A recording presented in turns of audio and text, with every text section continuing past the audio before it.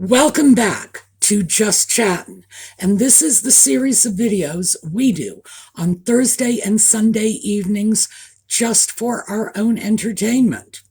So, for all you Audie fans, he's around here somewhere. I don't know where he is. I think he's playing hide and seek with me. Unfortunately, he never tells me when he starts that game. I usually only find out when I walk past a chair and he slinks out from underneath, grabs my ankles, and then just rolls around and kicks me a lot. One of these days, I am going to fall and break my neck, and it's going to be all his fault. And then who's going to be giving him treats? But he may well show up. So, yellow for Catherine, for Lex's mom. Oh, in here, let me show you. There is yellow. I wore a yellow top so that I could put on a sweater and a scarf because it's a little chilly out. So, and this is my Marauders map. Yes, I solemnly swear that I am up to no good. So, it's for yellow is for Catherine, it's for Lex's mom, it's for everybody dealing with cancer, and we are just sending our best wishes out to all of you. So, because Nutmeg has been quiet lately, mercifully, I had an opportunity to go through my files and check out all those topics that I wanted to cover, but never could because she's always throwing something new and sticky out just to attract our attention. So a lot of the stories I would like to do, I don't have the opportunity to do simply because a more timely story has come up. But I don't have to worry about that while she is off sulking and being quiet. So we're going to get to do a story that I wanted to do about 6 months ago. I think that's when this article first came out. But we're going to take care of it this evening instead. And don't worry, it's still as timely as ever. So we will be back after the intro and get right into it.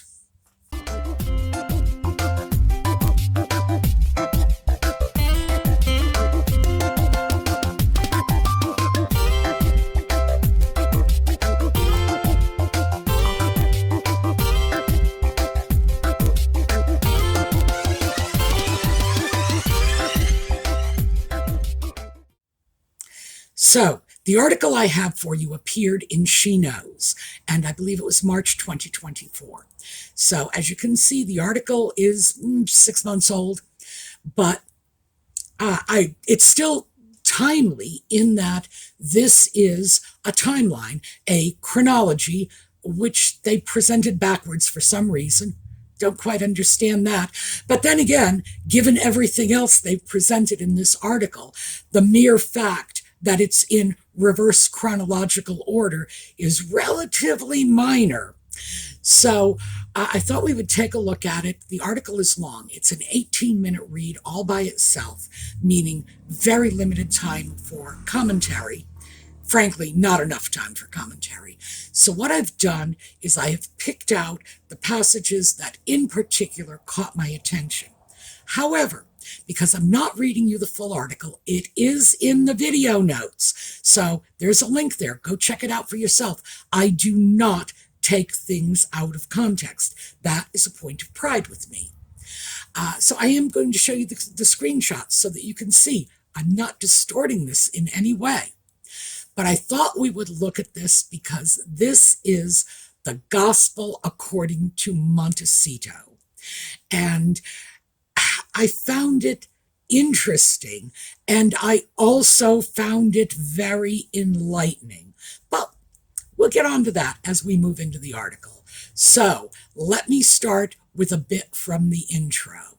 So these are the opening paragraphs, and we start off with Nutmeg saying that she tried so hard, but she couldn't do that stiff upper lip thing.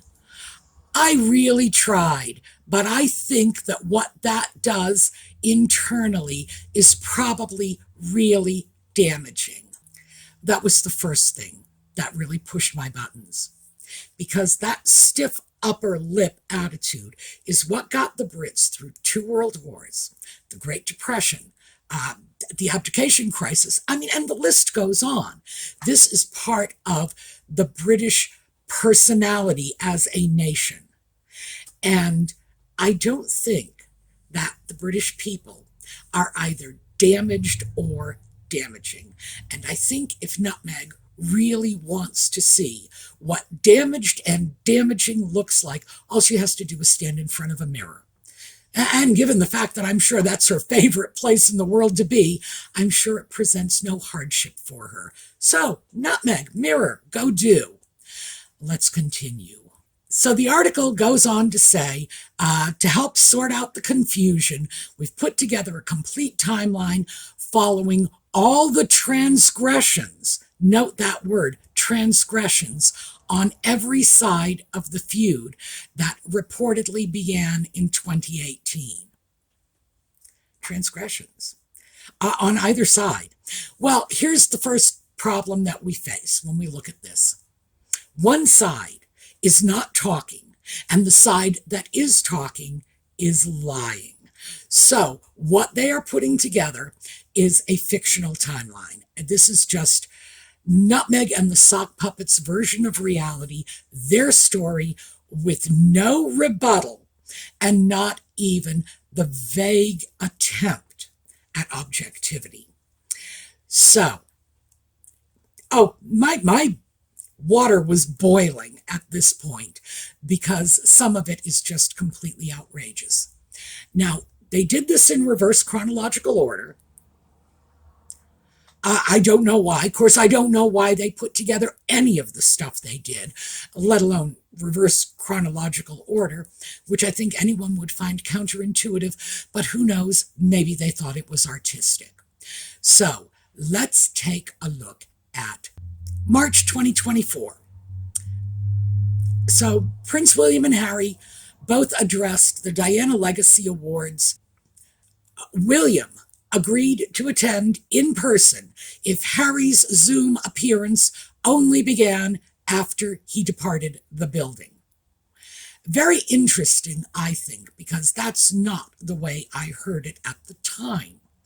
At the time, what I heard was that the sock puppet kept everybody waiting, did not show up on the Zoom appearance until something like 11 o'clock at night, which would have been a good hour or so after William had left. But apparently he didn't want to take responsibility for his own tardiness, so he's got to blame that on his brother, too. That one could have very simply and easily been fact-checked, but they didn't bother. They're just shifting the blame to William, which they do throughout this article. So, next up, May 2023. Prince Harry attended King Charles' coronation, but was not photographed with his brother at any point. Reports from the Daily Mail stated that Charles had attempted to host a peace talk to heal fraught tensions in the family, but William, remember William, the bad guy, reportedly wanted nothing to do with it. So once again, it's William being thrown under the bus. And even though the article states William reportedly, well, reported by whom? They are still throwing out very much as unchallenged fact the notion that it's all William's fault. And the article goes on like this. This is not the only instance of William the bad guy, as you will see. So we go back in time a bit now, because I am cherry picking this. Like I said, it was 18 minutes long.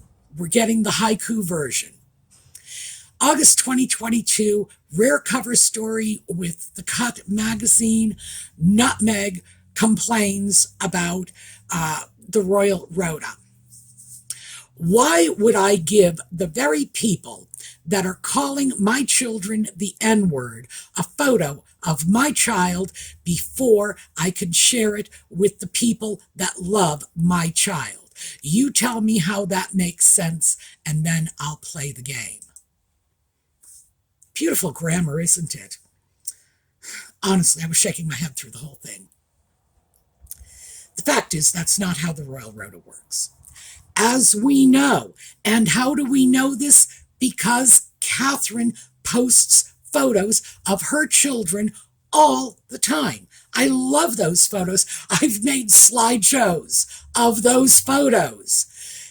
And most of the slideshows of photos of the Cambridge kids all came from Catherine. So, of course, she could post photos. What she could not do was put photos of her child up on commercial social media sites. That's what the royal family objected to. So, no, it had nothing to do with the royal rota. It had to do with the fact that she was not allowed to commercialize the images of members of the royal family. There you go. And that is perfectly reasonable because everybody understands that the royal family does not wish to be perceived in this light. And remember, this was done in the late Queen's lifetime, and she was particularly very picky about that sort of thing. Justifiably so. Justifiably so. I'm not trying to criticize her for this. I do think she was right. But because Nutmeg couldn't merchandise photos of her children, she starts throwing out things like, these are the people that called my children the N-word. When did that ever happen? When did that ever happen? Has anybody ever been able to come up with an instance of the British media calling her children the N-word? Because I haven't seen it. And if it was out there, don't you suppose she would have ponied that up by now? I don't think so.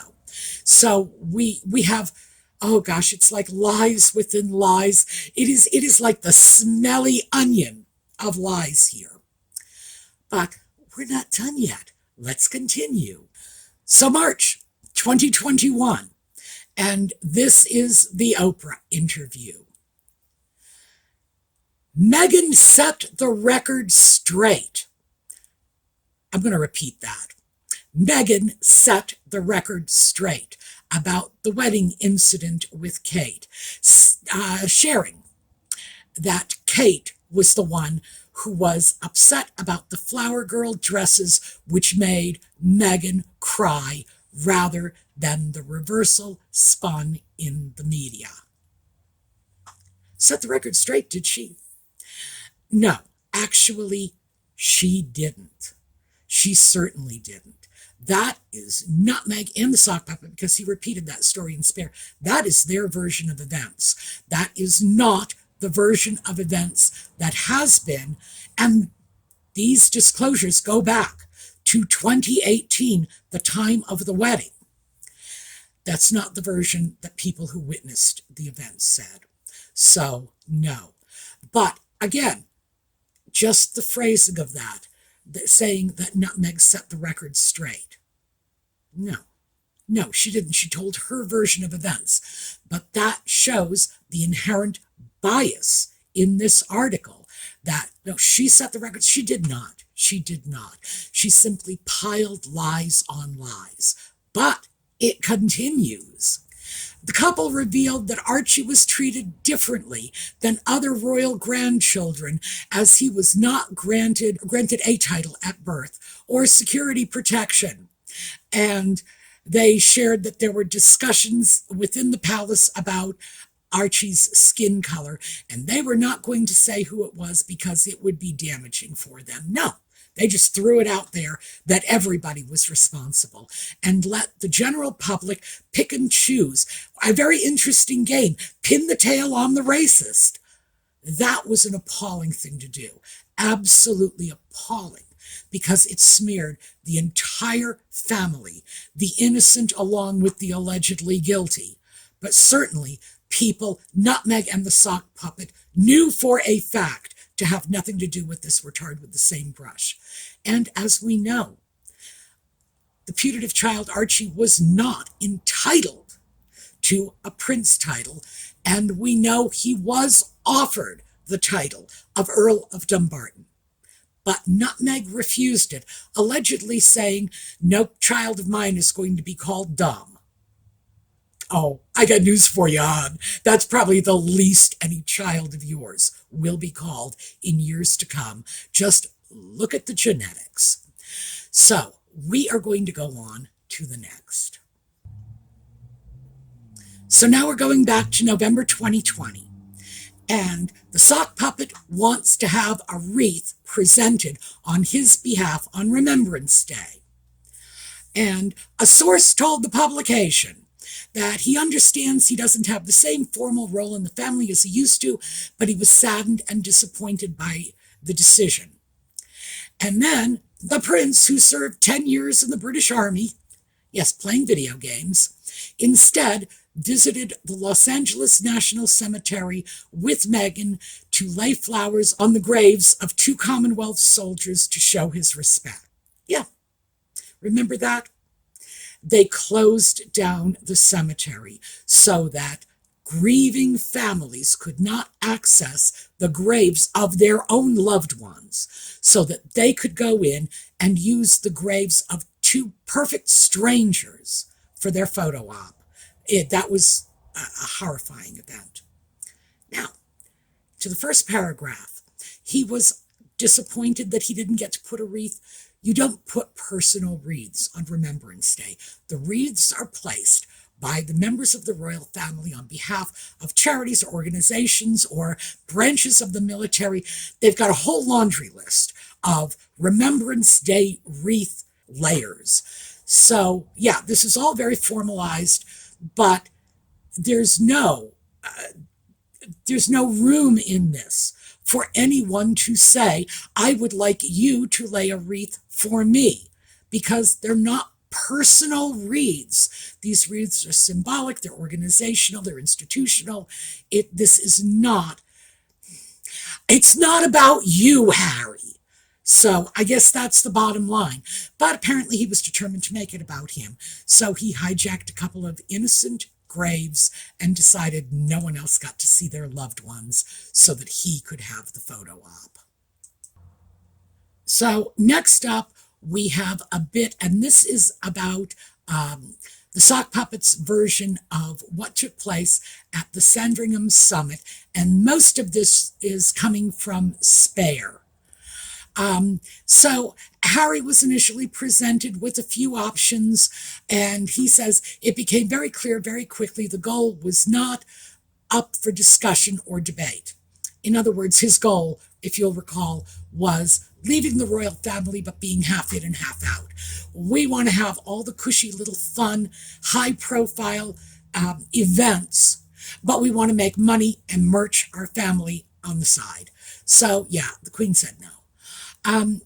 And he says, it was terrifying to have my brother scream and shout at me, Harry recalled, and my father say things that simply weren't true, and my grandmother quietly sit there and sort of take it all in. We're sorry you had to go through this, Harry. So much for objectivity. That really says it all in terms of the complete lack of objectivity in this article. And the funny thing is, if the article wasn't so heavily pro-Sussex biased, I would have honestly thought that was just a completely sarcastic remark, just a jab at Harry, who's crying in his book because it was terrifying that his brother yelled at him. It's like, good Lord. Trust me, in some families, I got one of those, people yelling at you is a sign of affection, or like normal Christmas Eve. Not everybody has a perfect family. And if this is the worst poor Harry had to endure, oh well, yeah, we're just broken up for you, Harry. So next up, we have November 2019. And Us Weekly is reporting in November 2019 that the situation between the brothers was not great, and the palace said that Harry and Meghan would spend Christmas with Doria rather than at Sandringham with the family. So, interestingly enough, even though this clearly shows that it was not Meghan the sock puppet who decided they were absenting themselves from the family, They're still trying very hard to make it look like it's the family turning their back on Nutmeg and the sock puppet. No, no, it's just all you need to do is give that a cursory read, and you can clearly see the truth in it. Now we go to 2019. Following the arrival of baby Archie, many were quick to extend their congratulations, including former First Lady Michelle Obama and Meghan's former Suits co-star Patrick J. Adams. The royal family announced the new prince's arrival a few hours after his birth, but the public took notice of the delay in the Cambridge's congratulations, 8 hours. Well, I'm surprised the public didn't also take notice of the fact that Nutmeg and the sock puppet had delayed the announcement for many hours to begin with. So, what's the big deal? It's like, it's okay for Nutmeg and the sock puppet to delay the announcement, but it's not okay for William and Catherine to delay their congratulations. And who knows why that was. And quite frankly, I think anybody who thinks that congratulations ought to be given the moment an event takes place simply doesn't have a life, because people who do have lives have other obligations. The fact is, 8 hours later, it's still the same freaking day. That is a manufactured event that is intended to damage William and Catherine in the eyes of the public. Because, let's face it, this was written in 2024, and they're going back to 2019 at this point. So yeah, clearly there's an agenda here, a very serious agenda.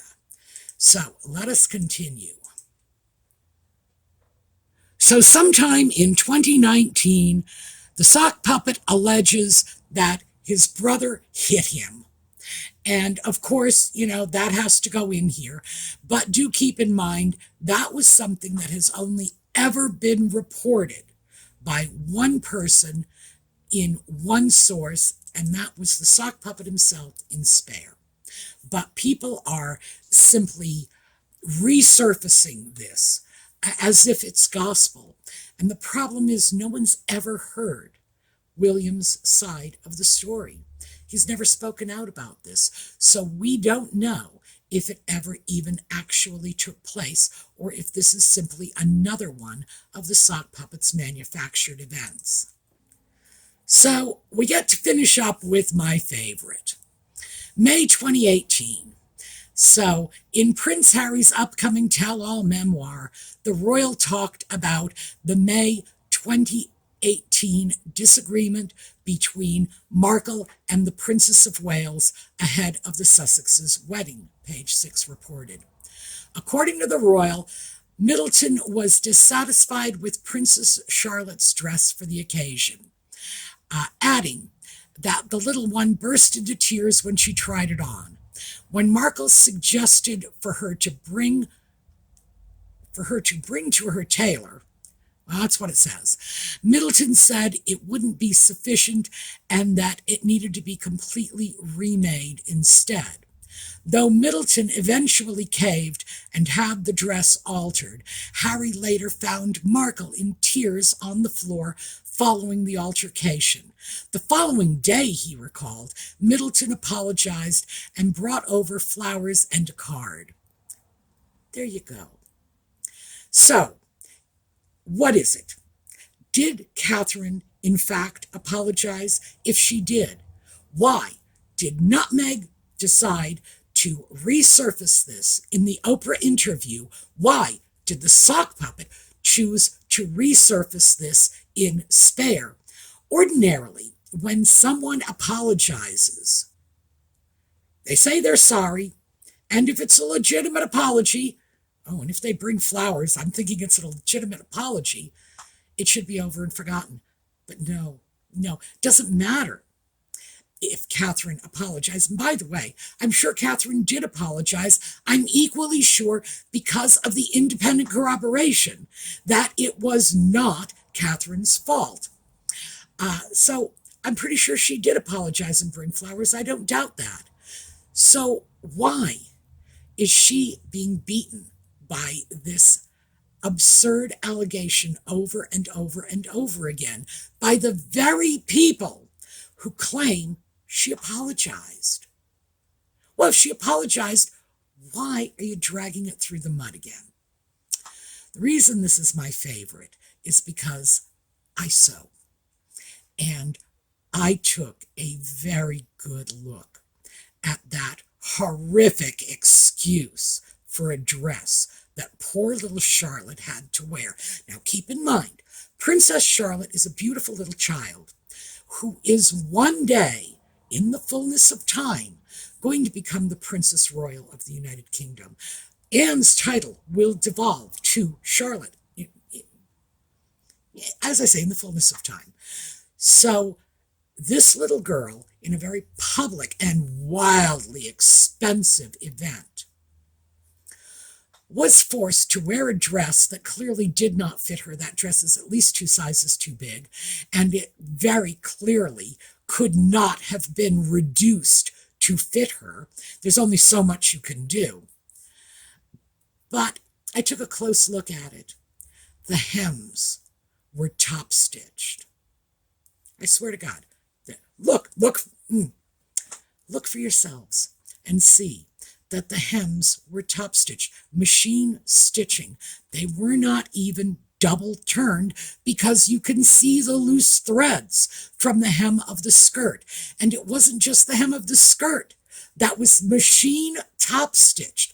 They didn't even hand hem her dress. It was the sleeves and it was the neckline. That dress would have been a disgrace if a junior high school home economics student presented that as their work. That was appalling. That was trash is what that was. I would not pay $20 for something like that from Kmart. And quite frankly, if I gave Kmart $20 for a dress, I would expect better quality. That was horrific. And all I can say is if Catherine saw that dress on her child and she started crying, I could not blame her because I would have been weeping too. That was an insult. It was an affront. And it only goes to show you how very little taste or style or even the sense of appreciation for good quality garments Nutmeg has. If anything, the insult is just solely over on Nutmeg's side because she apparently didn't even know any better. So, yeah. But that dress was revolting. And the idea of putting that pretty little girl in such a horrible dress, especially knowing that that dress, those photos are going to follow her throughout her life. Ugh.